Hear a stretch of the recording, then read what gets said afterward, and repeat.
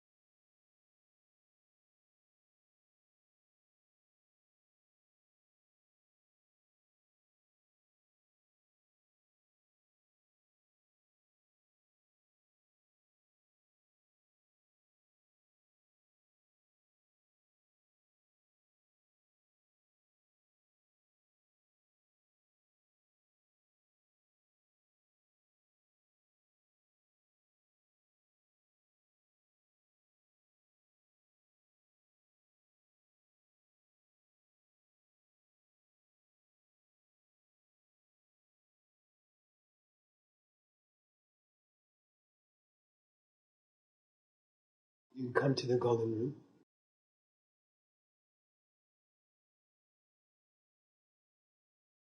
Like liquid gold, spread all over the objects of the room.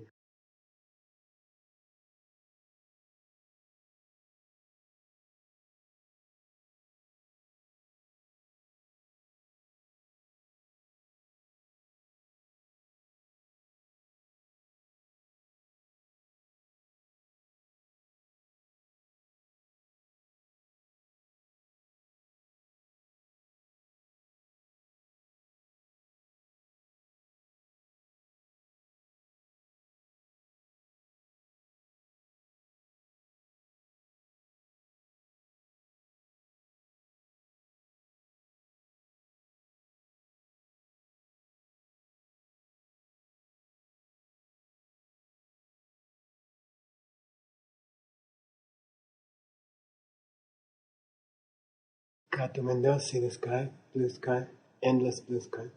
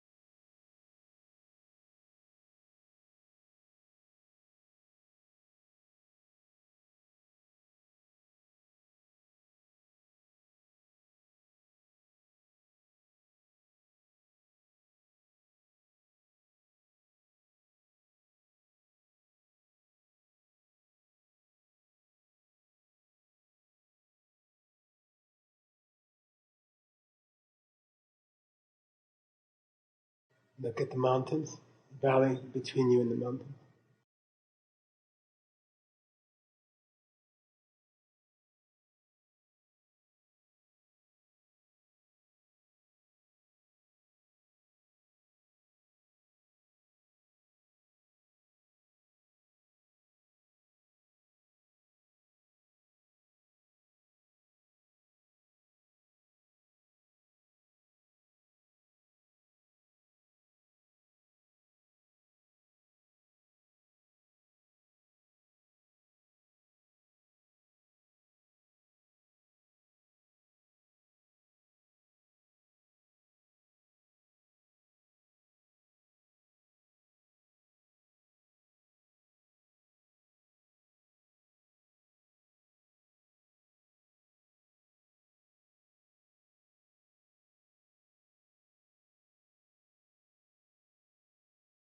Ask your teacher to come, sit with you.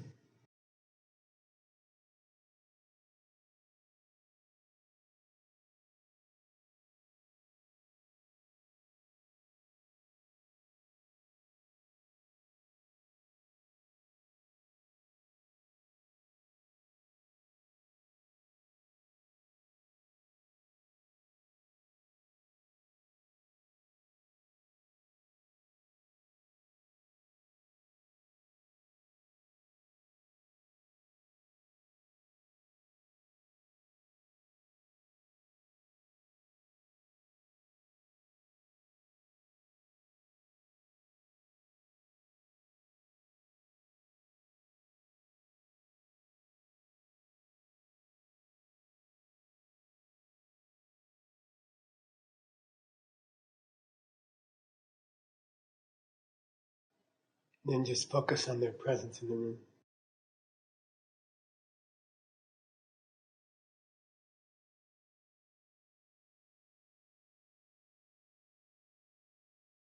Try to cut through to this feeling of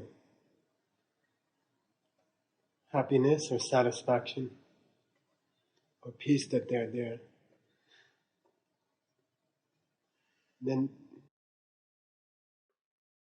that will take you to Ngar, and you skip the agitation and dullness.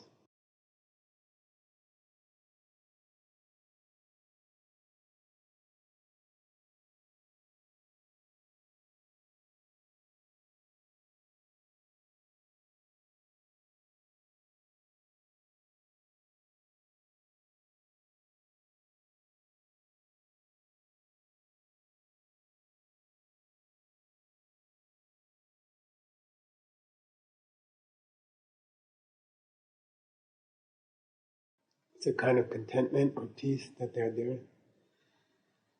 Feeling that you don't need to do anything else or go anywhere else or think of anything else. Try to go straight to the Ngar.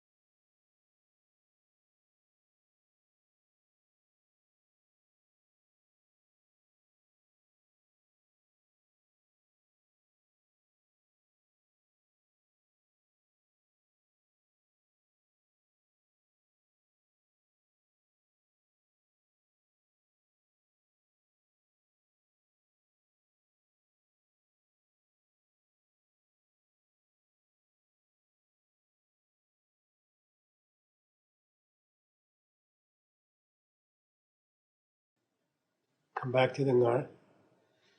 Sense of contentment and well-being in their presence.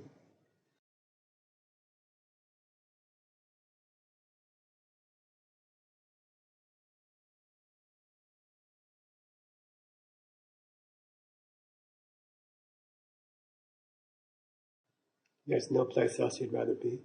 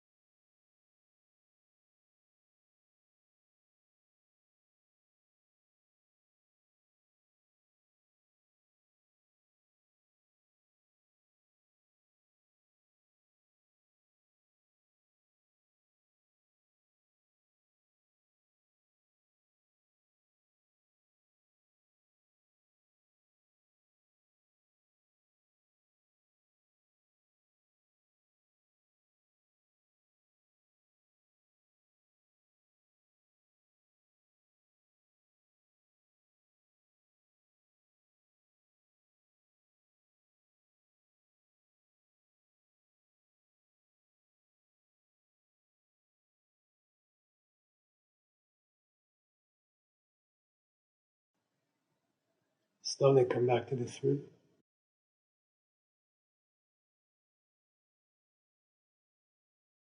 Then open your eyes and relax.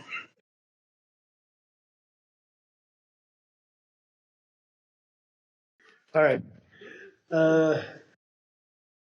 There's a question here from last night. It's kind of sneaky, but let's just knock it out. If you're looking at the pen and you're seeing it as a, we call reasonably as a pen. What's the Sanskrit? You can't say anything. Sanskrit word for reasonably is pramana. Okay. So, correctly, or we should rather say reasonably, you are seeing a pen. And then, if you're not in the RE or higher, some part of your perception is infected by seeing that as though the penness were coming from the pen. Okay? The penness is really coming from you. Okay? Then the question that the person asked was, how can you be having two perceptions at the same time? What's the classical answer to all such questions? Yeah, the toggle thing. Okay? So the mind is having 65 mini perceptions per second.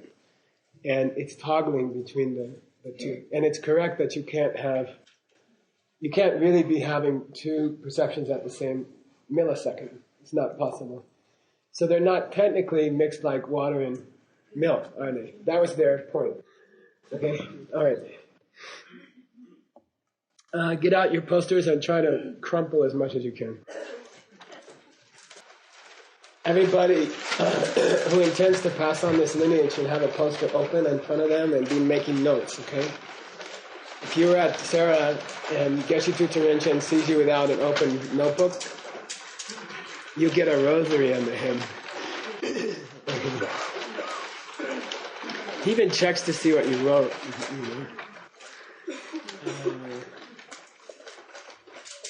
So we're going to review. Let's talk about the levels we've gone through so far. Sam Jokpa was, you can't say anything. It's really bad. Anyway, Sam Jokpa is where the mind, you're supposed to pretend that you're saying, the mind, you're just starting on your meditation, okay? And that's achieved through, he went like that, learning, okay? Hearing about how to meditate from your teacher, okay? Then we have, Gyundi Jokpa. Oh, this was fly on the cow pie, right? Then Gyundi Jokpa is the flies having a conversation on the cow pie. Okay? And some continuity. Okay? Number 3 was Lenda Jokpa, which means patches of distraction, right? Off the object, as opposed to patches on the object. So when they call it patch-like meditation, I think it's a problem. That was 13. And now we could go over to 16, which is called Nyewa Jokpa.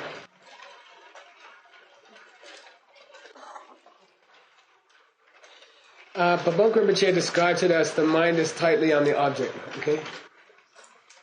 And from number 16, from this point on, you cannot lose the object. Okay? But you can still have very noticeable dullness and agitation. Okay?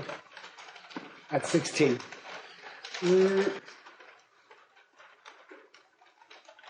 If you use learning to get to the first one, what do you use to get to the second one? It would be, you went like that. Samvito, which means you start to think about what your teacher said to you at home. Okay? Samvito. And then the first 2 levels are achieved through some kind of very conscious effort. Okay? It has to be, you have to sit down and crank your mind down, get it quiet. It takes like a few minutes. You just fight to even get there. Okay? In the first 2, as we said, the staying on the object is less than the off the object. Okay? And number 3, we're more time on the object than off the object. Okay? And during the first 4, you are developing your Temba. Okay, Temba means the ability to bring the object back, which is the chain in the monk's left hand. Okay, the chain in the left hand of the monk was the ability to bring yourself back to the object quickly. And by the 4th stage, that capacity is developed fully. They say it's like a full-grown person. Like here, at this point, your ability to bring your mind back is like a child. And here it's like a teenager. And then here it's like by level 4, your ability to bring it back is like a full-grown adult. Okay.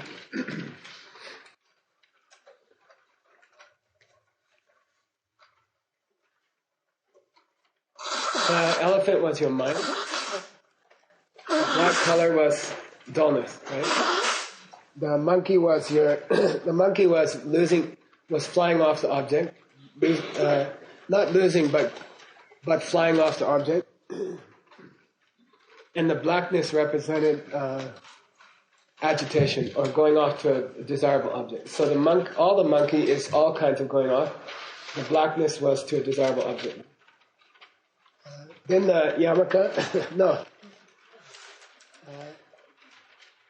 And then Sheishin you have to develop, okay? Sheishin is, we call it watchfulness or guard mind or something like that. And I think by today we should be, in our meditations, we should be thinking about Sheishin. Sheishin means the alarm mind that goes off and says we're off the object, okay? Or things are getting dull in here, or you're starting to think about ice cream, or something like that. So we have to, today I would suggest that during our meditations you try to get in touch with your Sheishin, okay? We all have a Sheishin naturally. Everybody has one. I mean, sooner or later you notice that the pot is overboiling on the stove and stuff is pouring out. And Rinpoche used to call me pot burner. That was my my 5th name. But I can't tell you some of them. But pot burner meant I just would be reading a book or something, and I was supposed to be the cook, but I was like the worst cook. And the thing would just be boiling over and burning, and I'd be reading a book, and that's no Sheishin, okay? Sheishin should have detected that the water was getting near the top of the pot, and then done something about it. Okay. So I think we're ready to go to number 5. Let's see if there's anything between there.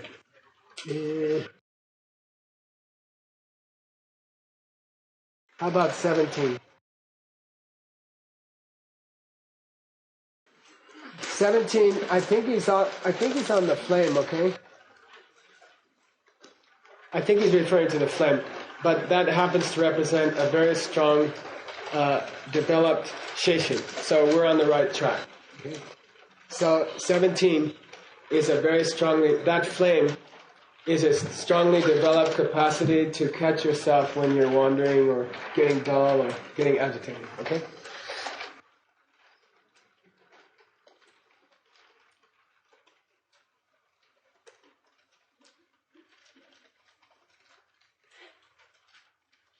Then 18,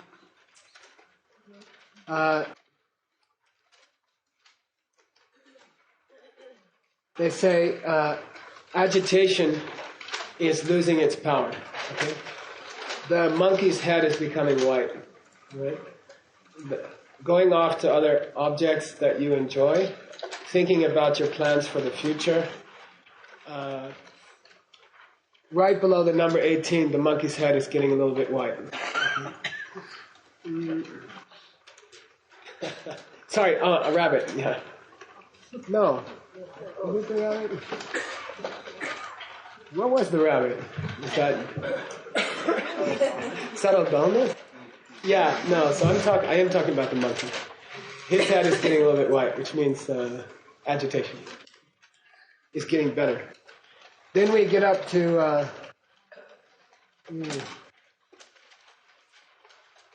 number 19.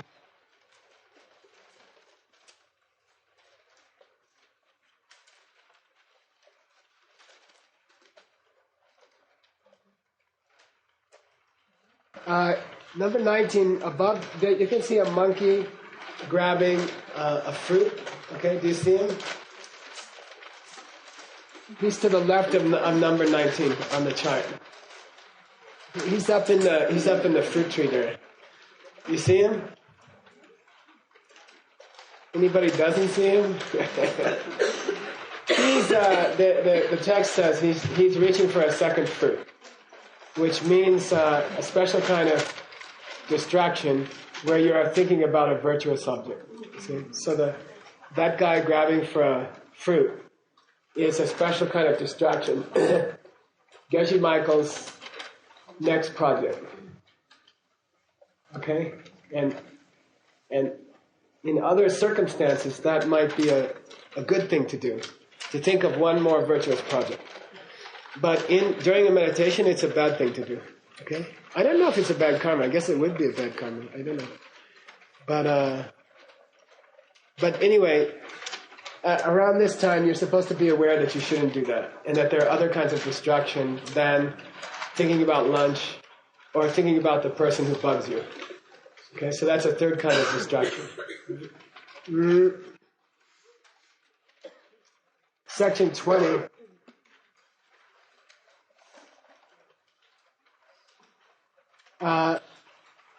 The text says, watchfulness will not let the mind get distracted, and uplifting your heart leads you to a state of one-pointed concentration. So we have to talk about uplifting, okay? Uplifting the heart. Sing. Oh, you can't say. You should cancel that. No? During class? No. It'll be a virtuous distraction. Anyway, Seng Tupa means... I learned the word because I told people recently, when I got to the monastery, I had learned some Tibetan, and I wanted to learn to speak well. And then Rinpoche had another student, Art Engel, who was already speaking extremely fluently. So of course I was jealous.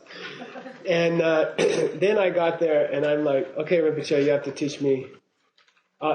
Tibetan. I want to talk like Art, And then he said, no, you're not going to learn Tibetan. You have to speak English. And then I got more jealous. And then he said, I have to learn English, so you're going to be my English teacher. So you're not allowed to speak Tibetan in the house. So I'm okay. Then when we used to have breakfast together, the three of us, I subscribed to a Tibetan newspaper. And I just ignored them. And I just read the newspaper to learn how to speak in my head, So anyway, Seng Tupa, I read in the newspaper, was where somebody got an award. Okay? Like the president gave some award to somebody. That was called Seng Tupa. Okay? That's how I learned the word. Then in meditation, it means, the tupa part means to praise, right? Like it means to praise somebody and give them an award. So Seng Tupa means you praise yourself, okay? You think of good things about yourself and your life, okay?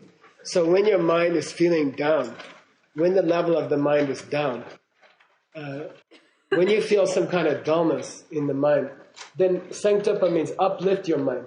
Okay, and we talked about it. You can say, oh, I'm 1 in a million person who made it here. I must have some good karma if I'm here at Friendly Pines, freezing my arse. And, you should think that you're a lucky person, And sometimes here you can do a thankfulness meditation, okay? That's a very, very powerful meditation for uplifting your mind. So you just start making a list of all the people in your life that you would like to thank. Okay? And then once you start, that list will proliferate. Okay? You can't come to the end of all the people that you need to thank in your life. You would never finish the list. Okay? And it's an extremely pleasant meditation. So you just go through. It's called a shargam, right? It's a list meditation. And you just go through and you think of all the people you have to thank in your life. And at the beginning, it's a stutter steps. You're like, let me think.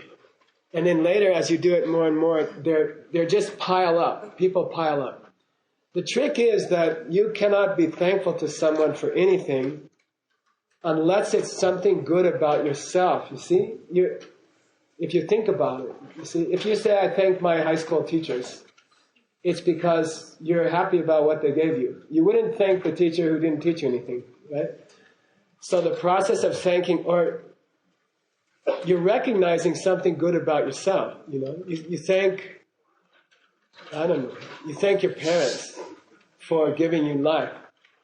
But you can't do that without thinking your life is somehow precious.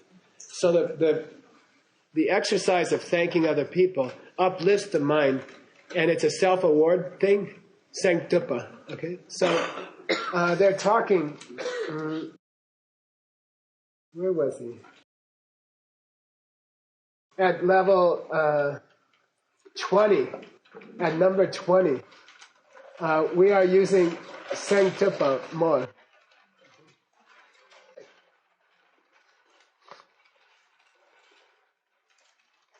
And the monk is now actively using, see down here, well he's got the jemba, he's pulling back the object quite strongly. The recollection or the ability to bring the object back was already well developed at between 20 and 21. And what's he doing with his right hand? Oh, you can't answer. His Sheshin is really hooked in, you know, his watchfulness of his mind is really hooked in, strong. Okay?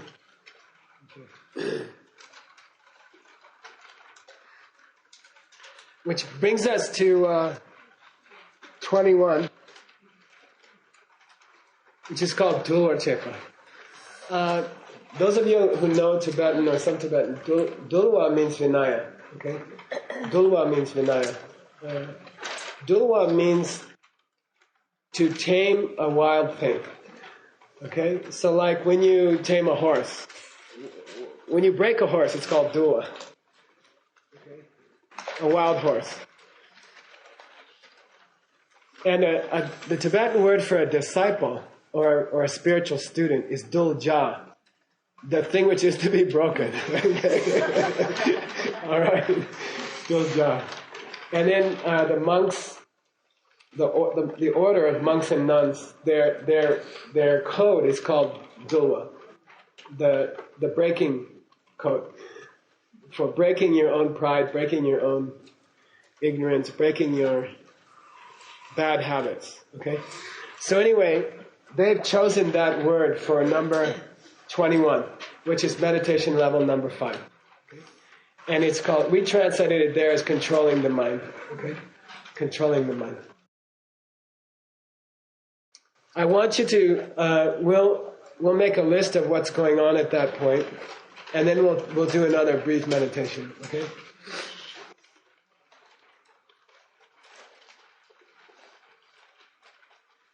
At this point, they say the mind is overly concentrated within, okay? So the process of meditation is the process of focusing the mind inside, right? So it's pratyahara, right? Normally the mind is radiating out from the core and thinking and projecting and perceiving, right? And then the process of meditation is to turn the mind within and bring it inside. For example, in yoga, pratyahara means that. It's one of the ashtanga, right? What is it? Yama, niyama, asana, pranayama, pratyahara, dhyana, dharana, samadhi. Okay, so it's pratyahara means the ability to bring the mind in, focus the mind in. We normally do it automatically during sleep, okay? There's a natural pratyahara going on during sleep. And the mind is withdrawn from the world. So pratyahara means withdraw the senses from the world and bring the mind in, okay? That's called nangtudupa, that's the mind.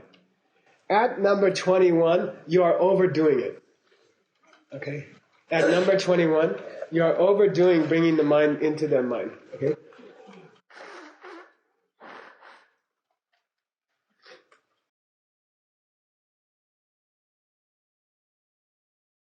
which triggers Chingotamo, which is what? Subtle dullness. Okay? So overdoing it triggers subtle dullness.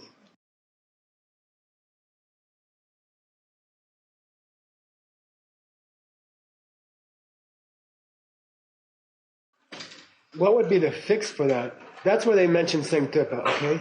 That's uplifting the mind somehow. But what did we just do during our meditation? To cut over dullness and agitation, we went straight to Ngar, okay? We went straight to the enjoyment factor. You know, like trying to take some pleasure or contentment in the object. So you can do that, okay? If the mind is overly concentrated and you're feeling, in Tibetan they call it kudopo. Kudopo means the feeling you get when you walk down an alley which is too narrow. Okay? Like I was in Morocco, in Marrakesh.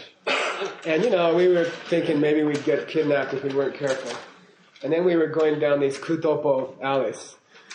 You know? And then you feel a little bit, you know, you feel vulnerable in a way of you're all closed in. You can't get anywhere. You can't escape if you had to escape.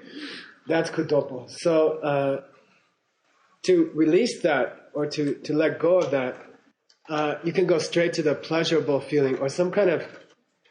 Try to think about Ngar as contentment. Okay, like you're willing to sit there because you're enjoying what's going on, and you don't have any. What do you call it? You're not fidgeting. Right? The fidgeting goes away because you're having a good time. And you're enjoying what's going on. Okay, so combat fidgeting with some kind of feeling of contentment or well-being. Okay, and then you go straight to Ngar. Okay, and that will release the kudopo of the mind. That will release the narrow alleyway feeling of the mind. Okay, and you'll feel like more expansive. There's a big thing in meditation of trying to feel more expansive. That's why we're doing the sky and the valley and all that. Okay. We'll have to do an exercise before we finish the week, and maybe you can work on it at home, okay? But classically, when they teach the 9 levels to a student, they'll quiz the student, and they'll say, what distinguishes number 2 from number 1? What's the difference? What has changed between number 2 and number 1? What has changed between number 3 and number 2? Okay? So I'll give that to you as an assignment, okay? Like try to think. Try to be able to answer quickly. You know, what's the difference between, for example, the difference between number 2 and number 1 is that you're still off the object most of the time, but less often. Okay? So I gave you the first one. Right? And then you're going to have to go through all the other ones. In this case, I'll just give you the one for number 5, and then we'll do some meditation. But what differentiates number 5 from number 4 is that there is no longer any great side. There's no longer any gross dullness or agitation. Okay? The elephant is half white. The monkey is mostly white. Even the rabbit is half white. Okay, so no gross agitation or dullness after that. Okay, he said gross, right? Which is why there's still some black on those critters. Okay, let's do some meditation. I don't know if you noticed, but we're up to 10 or 15 minutes of high quality, and you didn't notice that the time increased. Okay.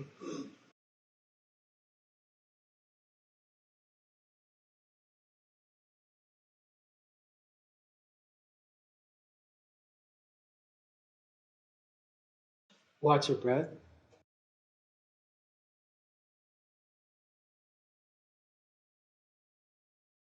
There's nothing in the world except your breath.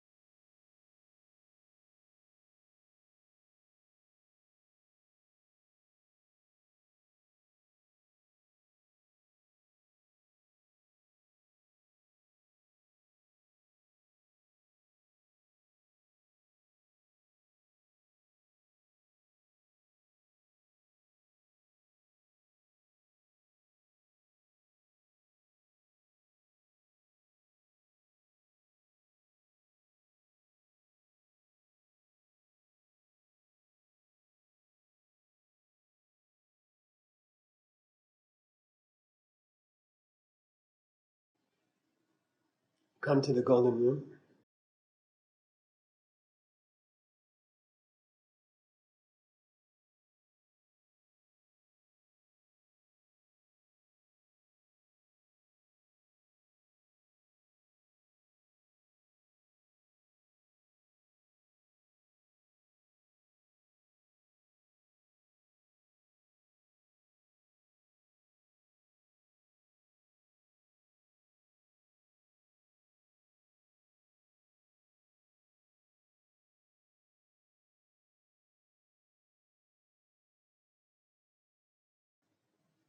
Try to jump to that enjoyment of the color of the room and the feeling, the warm feeling in the color of the room.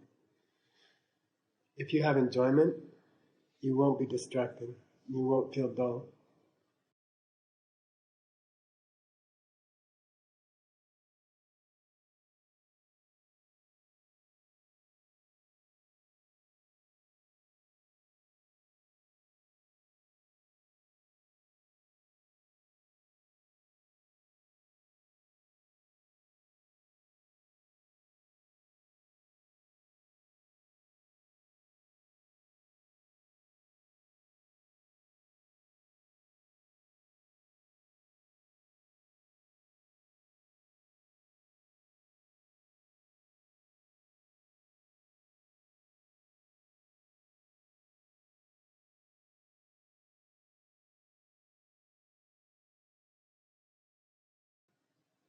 Look out the window at the sky, blue sky, expansive blue sky.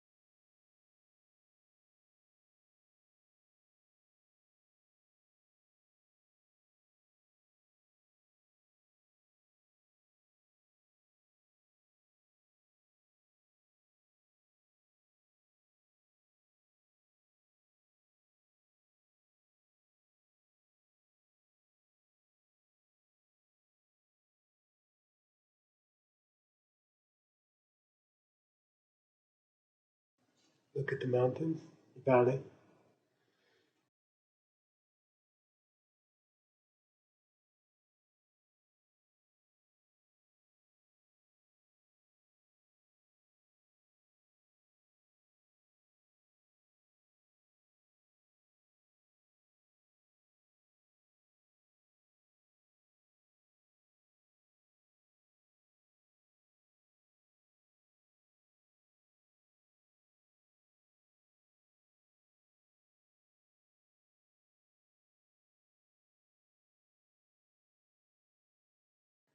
Then come back to the golden room and ask your teacher to please sit in front of you.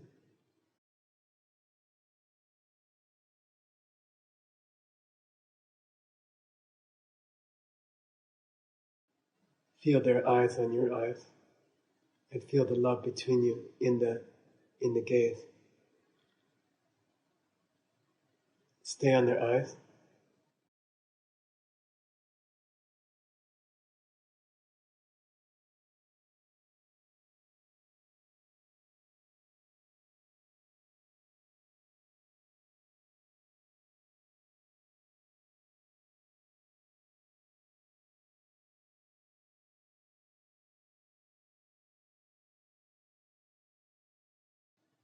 Try to get in touch with your Shishin. Try to get in touch with the corner of your mind, which is watching whether the scene is getting dull, or whether you're thinking about lunch, or even subtle agitation, which means the feeling of being about to think about lunch.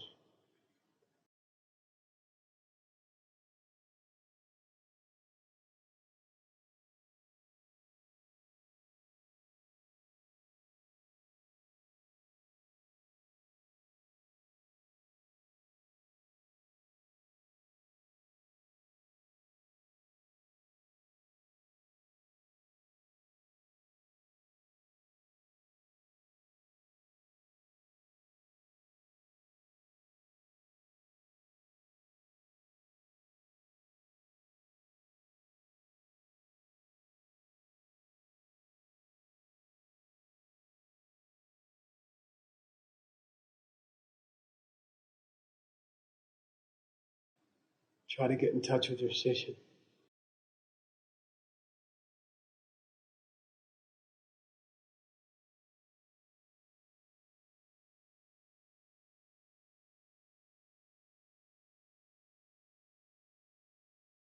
Shishin's just detecting whether something's going wrong.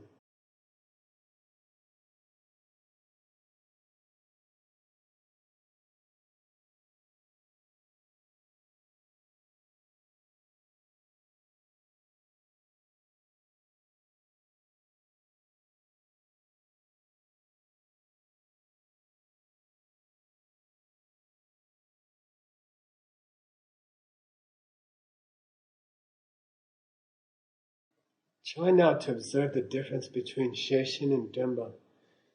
Your watchfulness, which is detecting that something has gone wrong. And then your Demba, or the capacity to pull yourself back to the object. Try to actually observe those two working in your own mind. The detecting that the mind has left the object, and then the conscious effort to bring the mind back to the object. See if you can distinguish between those two states of mind within your own mind.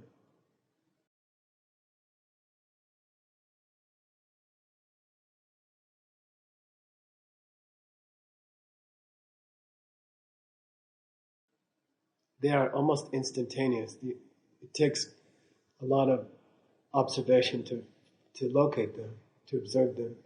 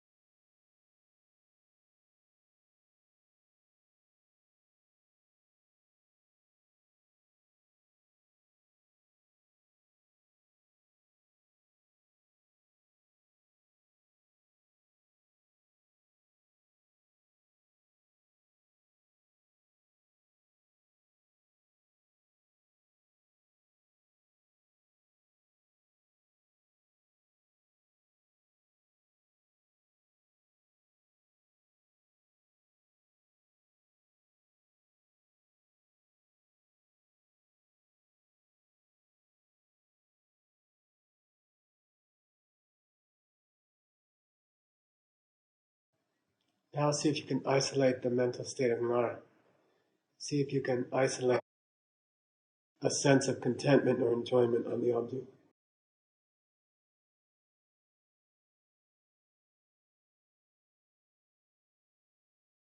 Get to know these three friends. Watchfulness, pulling the mind back, and a deep sense of contentment that would allow you to just stay there.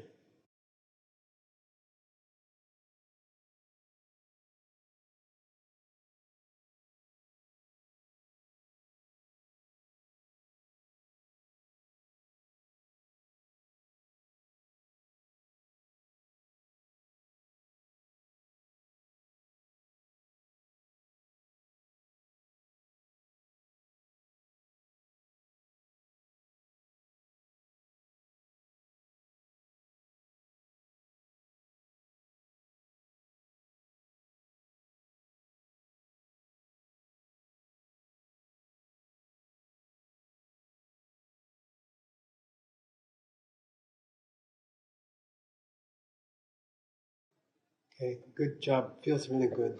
Come back to this room and relax. It feels really, really good in the room. Like I haven't had a room like that for many years, I think. So I think you're doing really well. So keep it up, okay? I think the silence helps, but I think you're getting into this groove of being able to observe your own mind, the subtle moving of your own mind, while you're in meditation. So in meditation, it's this thing of a lot of people never observe their own mind during meditation. And then you want to get to where you can isolate those three guys. Oh, there went my Shishin, my watchfulness just went off. And then, I think the Demba is the fastest one, hopefully. But it just, the Shishin says, we're off the object. And then suddenly you're on the object. So try to catch the interim. Try to catch the mind going between the two, detecting that the mind is off and coming back. Because it's so fast coming back that you can miss it. All right? So try to detect the part of the mind that detects that you're off. Try to detect the part of the mind that pulls you back. And then I think it's a pleasure to isolate the feeling of contentment or satisfaction. And I really encourage you to work on that one, okay? Because that's Ngar, right? That brings intensity on the object. And it's so easy. It's such a pleasant place to be. And then it cuts through the struggles not to be dull or agitated. It just cuts through them like there's no struggle with dullness and agitation. You don't start feeling sleepy and you don't start thinking about lunch because you're just having a good time where you are. So try to get in touch with the good time where you are state of mind. Okay?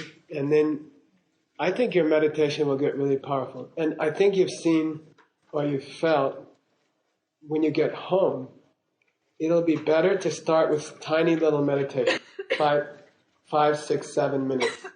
And then slowly, with the Ngar, it will just get longer without struggle, You won't have to say, I have to stay for 23 minutes today or something like that. You will come out of it and the clock will be over there. And you're like, you think you're seeing it wrong. And like a half hour has passed and you weren't aware of anything. It should be like that. It shouldn't be that you get home and you say, I'm going to be a great meditator, I'm going to start with an hour. And then you're just struggling and your knees are hurting and you're thinking about 1,000 different things and you're not happy at all. And you feel, obligatory. You feel like, Lamas told me I had to meditate, I have to do it, it's not very fun, like that, okay? Do it this way, small periods. Go straight to the Ngar, which means pick an object at the beginning that you like, okay, that you would like to hang out with, okay? Okay, we'll stop there.